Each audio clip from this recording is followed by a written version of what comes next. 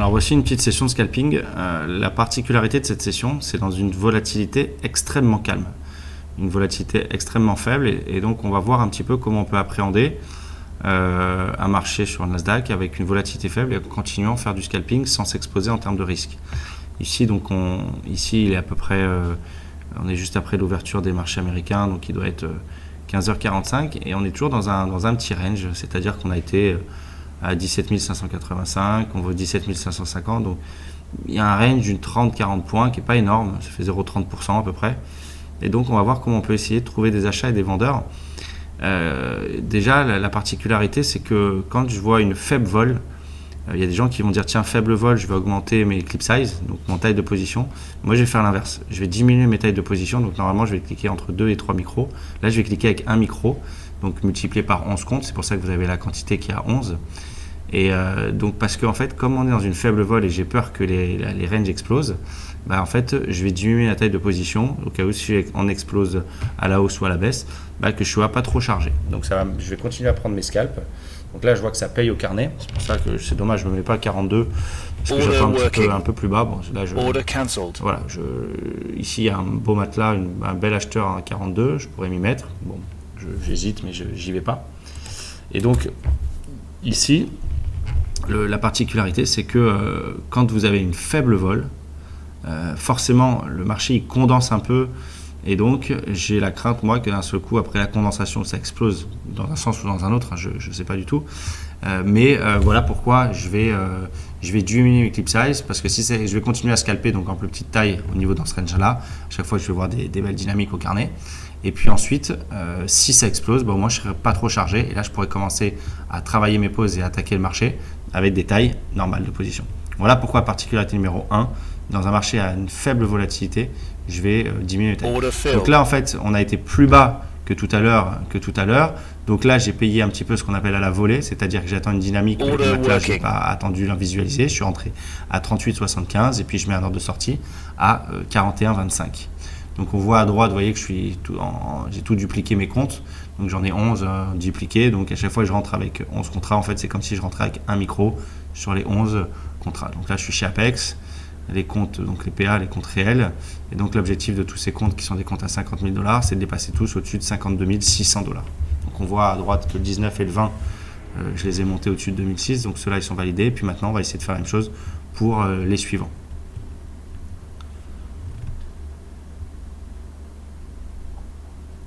Donc ici, je vais évidemment le défendre, ce point. Défendre, ça veut dire que potentiellement, si je vois une nouvelle entrée, la prendre. Je peux me permettre de prendre un peu de risque. Forcément, j'ai coupé mes tailles de position, donc j'ai pris moins de risque. Donc forcément, je peux me permettre. Donc là, bam, une forte dynamique baissière. J'anticipe le matelas. Je suis entré à 27,25 parce qu'en fait, à l'achat, j'aime bien un petit peu attaquer comme ça.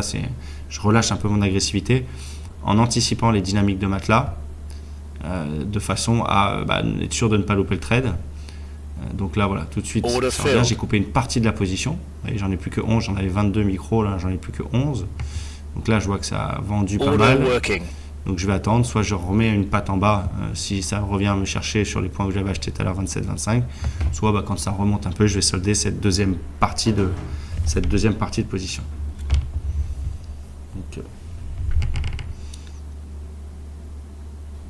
Donc là, on revient sur le bas.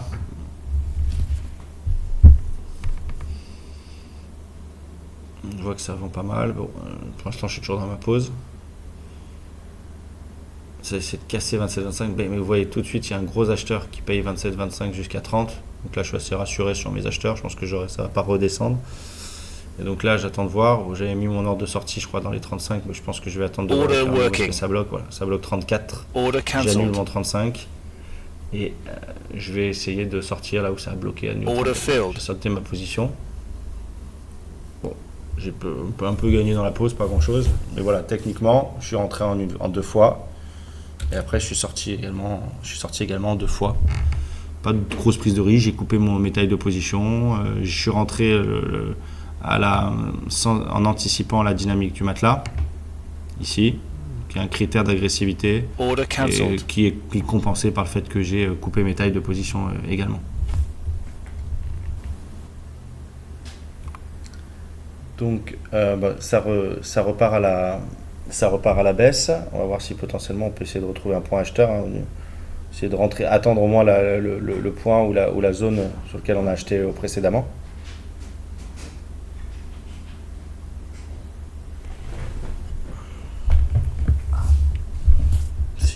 S'il nous offre une opportunité, puis sinon à la hausse, si ça retrace un peu, on va essayer de voir s'il n'y a pas un point acheteur qui est tradable en scalp. Donc là, on a nos deux scénars, hein. En bas, là, on reviendra, on attendra entre les... On a vu que ça repayait fort, hein, aux alentours des 30 à chaque fois, hein. Et puis donc on attendra entre 30, en dessous de 30, hein. Et puis à la hausse, là pour l'instant, on ne sait pas du tout la zone qu'on attend. On va attendre au carnet, mais on va attendre... Vu qu'on vient de 25, on va attendre minimum, hein, je dirais un minimum à 45 avant, donc là je veux juste, parce que je me rends compte que j'ai mis juste 11 de mes comptes, donc je mets l'ensemble de mes comptes en réplication, que j'en ai mis que 11, j'avais sécurisé les 2, mais il faut bien que je fasse les 10 jours de trading sur tous, donc là je mets bien les 13 sur l'ensemble des réplicants. Donc là, je vérifie juste que je suis calibré, 13, donc je vais cliquer avec 13, et à partir du moment où j'aurai 13 micros, ça veut dire que j'ai un micro pour l'ensemble des comptes. Donc là, c'est un marché un peu qui, vous voyez, il se balade dans un faible range, hein, entre 40 et 80, même entre 30 et puis tout à l'heure et rien, et 50. Donc on va faire gaffe, la voile elle est faible. Souvent, le faible dit qu'à un moment donné ça peut exploser, donc on prend peu de risques. On a vu qu'on diminuait les tailles de position, et en fait quand on va être en position également, je vais peut-être pas trop les charger ou pas trop les défendre. Parfois je vais monter du multi-entrée parce que je crois à mes points. Parfois je vais prendre des paumes et couper perdant des trades parce que j'y crois pas là depuis tout à l'heure. Voilà, on verra exactement comment je calibre le risque.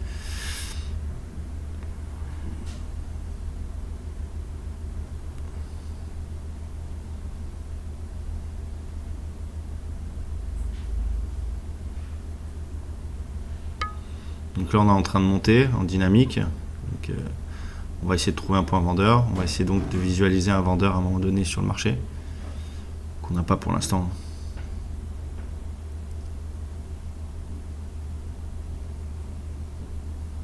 Donc là on monte, on continue la montée, donc pas rentrer n'importe où, on attend au carnet de visualiser vraiment un vendeur. Donc je surveille, il n'y a rien pour l'instant mais je surveille. Petit. Celui-là, je mérite de me faire rattraper parce qu'il est pas énorme. Donc voilà, j'ai shorté 48. Ouais, c'est normal. Il est pas terrible. Celui-là, j'ai attendu un mini vendeur. Si je me prends une contre-tendance totalement là contre moi, celui-là, je vais pas le défendre. Donc ça, c'est un point que je vais pas forcément défendre parce qu'il est pas bon. Donc on va voir celui-là comment j'essaie de m'en sortir techniquement. Voilà, là, 52,25, il se passe quelque chose. Il se passe quelque chose à 52,25. Ouais. Sauf que je suis à 48, 52,25 c'est peut-être à peu près. Donc là, j'essaie de sortir, mais ça paye 48,50, 48,25. Je me suis mis trop bas mon point de sortie. Ouais, je vois que c'est trop bas, il faut que je sorte 48,25. Ouais. Et non, il repart sans moi. Ok, donc j'ai loupé ma sortie. J'ai vu quelque chose à 52,25, mais je suis un peu proche par rapport à mon 48 là. Donc écoutez, je vais voir un peu comment ça continue à s'articuler. Donc là ça monte fort.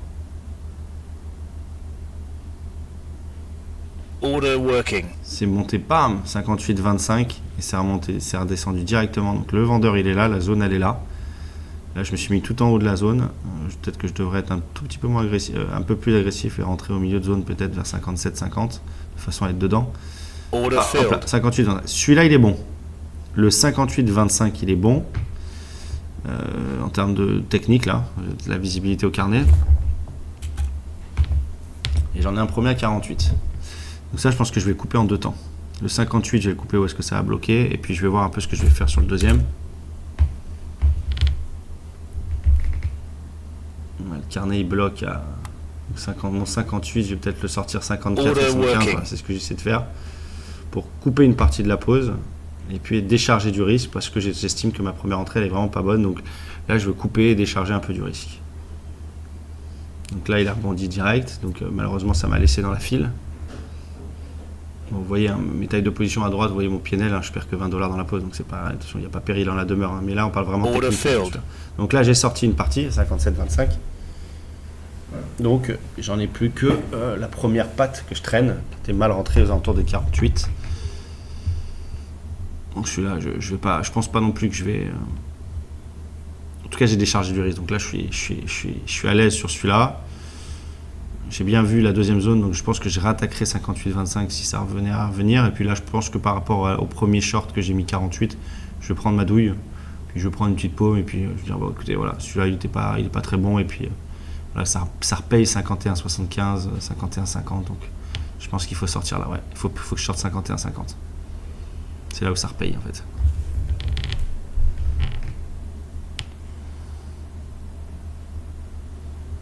Order working. Je suis un peu lent là-dessus sur le délai de réaction, 51-50.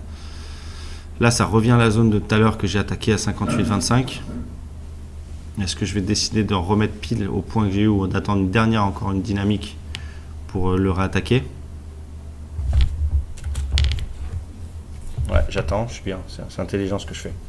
Je ne rattaque pas pile la même zone, pile le même point, je veux dire. Et j'attends qu'il y ait une dynamique et peut-être un nouveau vendeur avant de rentrer en position.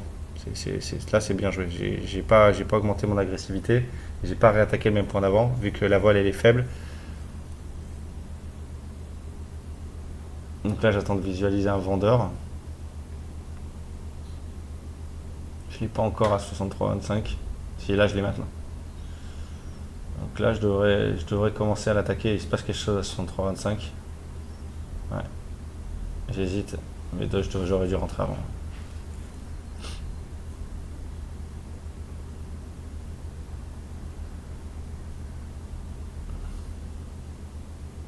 Ouais, oui, il faut y aller là. Voilà, ça fait 3 fois que ça vend la zone. Même si c'est pas le point parfait, il faut que je l'attaque.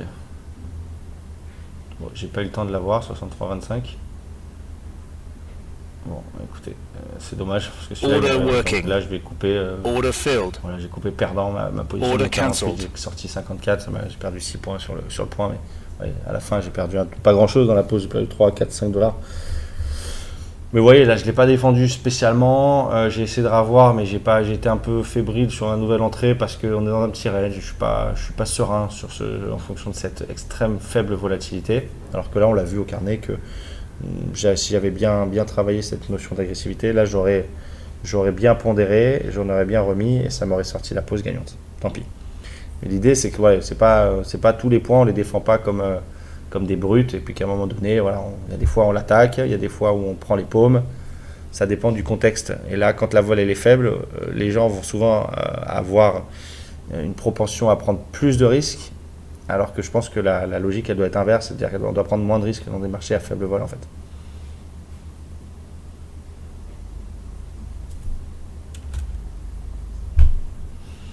Donc là, on se souvient, le marché il est monté à 62,25 ou 63, je ne me souviens plus, on l'a pas eu. Donc là, on attend, on va essayer potentiellement de revoir si on revient dans cette zone-là de la réattaquer. Est-ce que je vais reprendre pile 62,25 que j'ai vu tout à l'heure ou est-ce que je vais attendre un meilleur prix? On va voir un peu ce qui se passe au carnet quand on arrive sur ce point-là. Là, je ne l'ai pas laissé dans le carnet en tout cas. Ouais, ça se repasse quelque chose. Je vais le rentrer maintenant. Je ne l'ai pas eu tout à l'heure. Allez, est-ce que je le prends ou pas?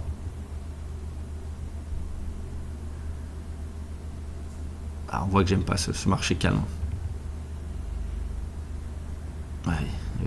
Order working. 64. Hop, c'est le haut du matelas là. Il y a un gros vendeur. Order filled. Allez, je l'ai. Tout à l'heure, je l'ai 62,25. Là, 64. C'est un bon point. Celui-là, ok. Je le défends celui-là.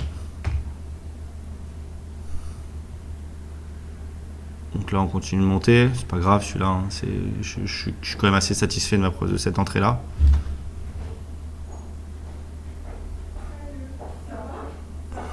Donc, alors on attend de voir. Bah, écoutez, si ça redescend, de solder. Puis j'ai préféré là, j'aimerais bien avoir une bonne deuxième entrée. Alors 70 ça a bloqué. Qu'est-ce qui s'est passé là? Okay, qu'est-ce qui se passe à 70? Il se Parce que Order 70, working. ça bloque à 70, ça a rejeté, ça a bien revendu. Ouais, fort vendeur, là, fort vendeur. Donc je l'ai pas eu à 70, je l'ai pour tout à l'heure. Donc je sais qu'il y a des Order vendeurs, je suis short 64, j'ai mis ma sortie à 61, 75. Et, voilà, et j'ai ma sortie à 60 et j'ai ma nouvelle entrée potentiellement sur du bras. Order Là-bas, failed. mon vendeur, ça m'a sorti 64. Dommage, j'ai pas 70, mais je l'ai en tête. Si ça revient à 70, de le rentrer. Donc voilà, on a fait, on a passé à 120 $. Bon, c'est des petits gains, c'est des petits trades, mais que vous voyez un petit peu comment on appréhende des journées comme ça. En fait, on peut pas, on doit attendre que le marché nous donne des choses, et s'il nous donne pas grand chose, malheureusement, on est obligé de se satisfaire de ça et ne pas être en over-trading ou essayer absolument de trouver des trades. Donc là, le marché il est encore en train de monter. On se souvient qu'on veut essayer d'avoir 70. Voilà, il ne faut pas essayer de se dire tiens, j'essaie de faire une moyenne de 300 $ par jour et dire ma mince, il n'y en a pas beaucoup, et puis resserrer les trades et puis prendre plus de risques. Non, il faut être opportuniste dans le sens où il faut attendre que le marché nous donne nos points. Et dans le cas contraire, on attend. Et puis si c'est une journée calme, plus calme que d'habitude, il y en aura des meilleurs. Et pas être dans la recherche éperdue du trade. C'est vraiment hyper important en fait.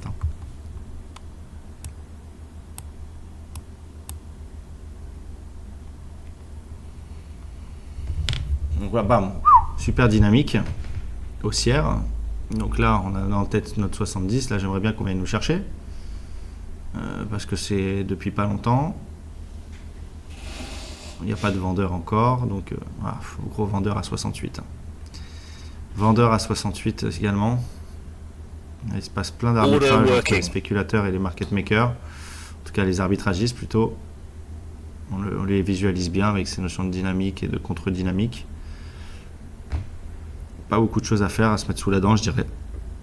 Bon, en tout cas, on a vu un vendeur 68,25. On est prêt à l'attaquer à 68,25 et à l'attaquer à 70 de mon côté. Voilà, c'est deux points où j'ai vu des beaux vendeurs sur lesquels je suis capable de vouloir les défendre. Et puis je laisse les deux même.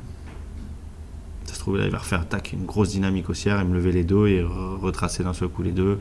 On donner un trade assez facile. Peut-être, ou peut-être pas, on verra.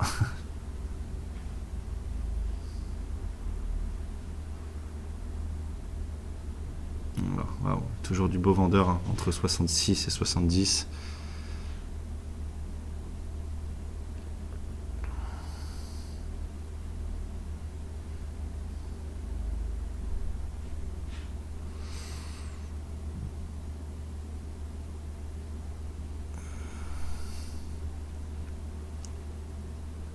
Order cancelled. Bon, j'annule 68,25. Je pars du principe qu'une fois, deux fois, il ne va pas revenir. Et que là, tout à l'heure, autant j'étais prêt à défendre les 2 points, autant là, maintenant, je préfère juste garder le 70 et pas en avoir 2 dans la même zone. Donc ça, c'est assez, je dirais que c'est assez personnel, ce type de volonté. Tout à l'heure, je voulais être un peu plus agressif. Maintenant, je veux l'être moins.